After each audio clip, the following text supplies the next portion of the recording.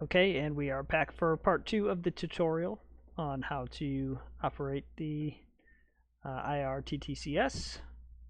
So let's load it back up here.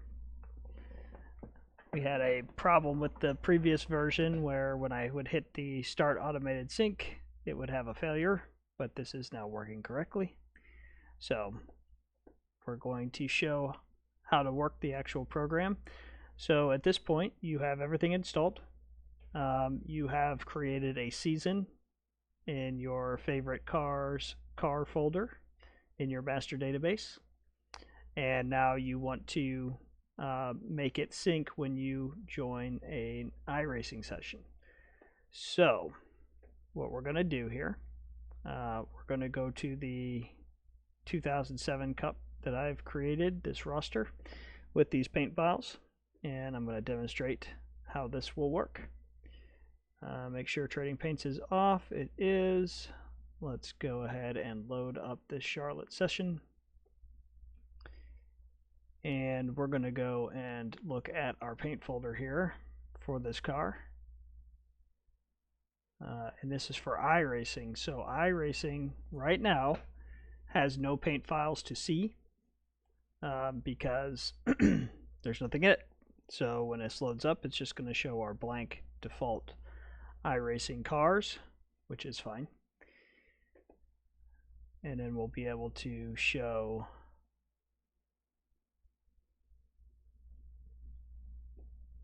how this works. So we have several different matching options available to us. We're going to go ahead and save that as well. We're going to match initially here. Let's just do by fully random. So this means that every car is going to be applied some specific paint. Now I do have my car as persistent, so it's going to apply the number 17 paint to my car no matter what. Let's go ahead and go to race here. Okay, so as we can see, all of the stock iRacing default paint schemes are showing for these cars. We have nothing showing in our folder, but we're going to go ahead and hit that start automated sync, and we can see it writing all of these paints. And now we can see everything showing up in our folder. Now we can refresh, and it's going to start populating all of these paint schemes based on fully random. Just going to apply whatever it sees in both the primary and the secondary folder to these cars because that's how we had it set. You can change that. So if you decided, well, I don't want to see secondary schemes, I only want to see primaries, you could click to do primary only, and then it will only pull from your primary folder. So, you know, that's an option. If you don't have anything in a secondary folder, it's going to default to do that anyway. So it's really just if you wanted to only have it pull from that one folder. Okay, but as we can see, it's applied all the paint files as we wanted. It's done it completely random, so the only thing it won't do is duplicate a paint that it's already painted. So if it painted the 55 here, it will not paint it on another car anywhere else. But that's how that will work. Now, one thing we could do here is we can delete all of these files, and then we can apply it a different way. So let's do it by priority random, and that's done by setting up a paint priority in this roster here. So that's going to go by the lowest numerical car number. So number 1 in the case of iRacing, we don't really include the 0 numbers in there. This is more for like official racing. So what it would do here is the number 1 car would always be Kyle Busch. The number 2 car would always be Jeff Gordon. The number 3 car would always be Ryan Newman. Okay, so if we do that and we start the automated sync, again, we do have my car staying persistent, so it's going to apply the 17 to my car no matter what. We'll reload, And then we can find out whoever the number 1 car is in here. Go look. And he should populate in a Kyle Busch paint scheme, which he does. So because he's number 1 car, that's number 1 on our priority list. So therefore, that's what it pulled. Okay. All right. And then there's other options that you can do with this. You can do random by car number. So that means if you have a number 1 car that has primary and secondary schemes, it'll apply that paint to the number 1 car, but it'll apply any matching number 1 car to that car. Okay. So that's what priority random is. If we just do it by car number, so what we have right now is we're forcing or we're doing an auto select by sim date. So it's going to take Charlotte, it's going to match our schedule, and it's going to look for the closest date to our sim date, which is here, okay, April 12th. And then it's going to look at our schedule, and it's going to find that Charlotte run in May is going to be the closest one. That's why it keeps applying this R&L Carriers car to this paint, because to this car, because it's a 17 and that's the one that matches it. Okay. Now, if it didn't have a secondary in here, then it would just apply the primary, but it applies the secondaries as it sees them. Okay. And that secondary paint grid is what allows you to set up all your different paint schemes for your different cars. So if you have secondaries and you go in on their individual races and you say, oh, well, this Bud Shootout car should have been this number 13, okay, then it'll load that when you either have it selected by sim date, although it will ignore the exhibition races unless you make them not exhibition. It'll ignore them, but you can also force it to do that by just manual selection. So if you say, well, I know I'm running Charlotte, but I really want to see the paints that you ran at Chicagoland, then I can go down here and I can say, okay, let's run these paints by car number, start the automated sync, okay, and then it's going to once again load. So then we're going to see some different cars. So this will be a USG sheetrock car if it loaded correctly, which it did not. Let's go back to that, because it's still doing, for mine, it's still doing auto. But let's do it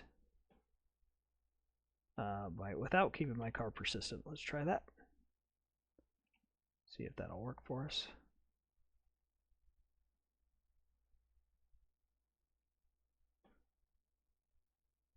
Okay. And it may not actually have worked. We're still in beta for a reason, folks. So let's do it.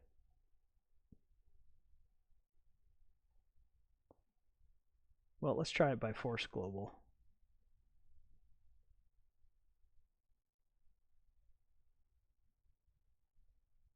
Okay, so none of the manual selection stuff seems to be working right now. So we'll just go back to, let's try primary only. Yeah, so now we see it actually syncing correctly. So we found our first bug. We need to have it fixed. Now we're going to see the DeWalt car here because that's the primary.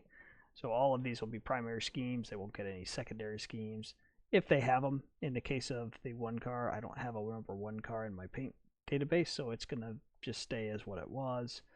Had I deleted them, then it would work differently. But okay, so that's how that's working for now. We'll turn that back on. So next version we'll fix this manual selection problem. But generally what it would do is just grab that particular race and then it would apply the paints from that race, regardless of what track you were at. But right now it's only going to work on auto select. Okay. And just real quick to show you one other version of this, let's go to 2005 Cup. and how it works with secondary paints when you have a multi-car category. So basically, if you're racing this series, there are two different cars, okay? So what we're going to see here is that if I go to the Monte Carlo and I go to secondary paints, these numbers are all ones that are linked to the Monte Carlo, okay? So the number 7 car, the number 25 car, and then these ones are all ones that are linked to the Ford, okay? So they don't overlap. They can overlap technically, but that's a little different situation. They technically could overlap, but generally they don't, just because of the way the car numbers tend to work in NASCAR. But regardless, when it comes to setting a car number, you have to set it by the model, okay? So, or the secondary paint by the model. So for the Taurus, you set up all your paint files in the Taurus, and then you go into your secondary paints and you set them up according to the races that they're at and things like that. And then same for the Monte Carlo, you would go in there and you would do the same thing. So that's how that works. Obviously, the initial setup of this is kind of a lot, because potentially there can be a lot of paints. So just to show us an example, but we can see this Robbie Gordon had a different paint every week, seemingly. So it was a lot to go in there and set each one. But, the nice thing about this is, if someone does this and they painted all the cars and they've set them all in there, then they could share you the roster files, just like the installer data stuff that you downloaded when you got the program here and got these. If someone else has fleshed them out, then they can share that, and then it would be a fully loaded grid. You would just need to get the paint files and then make sure that they're named accordingly. They'd have to match the naming structure of whoever built that roster. But then it would find them and it would use them. So there's kind of some advantages to the way it's set up. The idea is sort of that not one person has to build all of their own rosters necessarily. If other people want to create these rosters or collaborate on these rosters in some way, they could do that. You can export these rosters as a CSV. You can import them as a CSV. So if someone were to say, hey, I set up all the paints for 2005, and you got the CSV from them, then you can import it and it would load it all up for you. So very simple to do. So that's how that part of this works. That's going to end this part of the tutorial, and then we're going to next one talk about AI racing and how that works.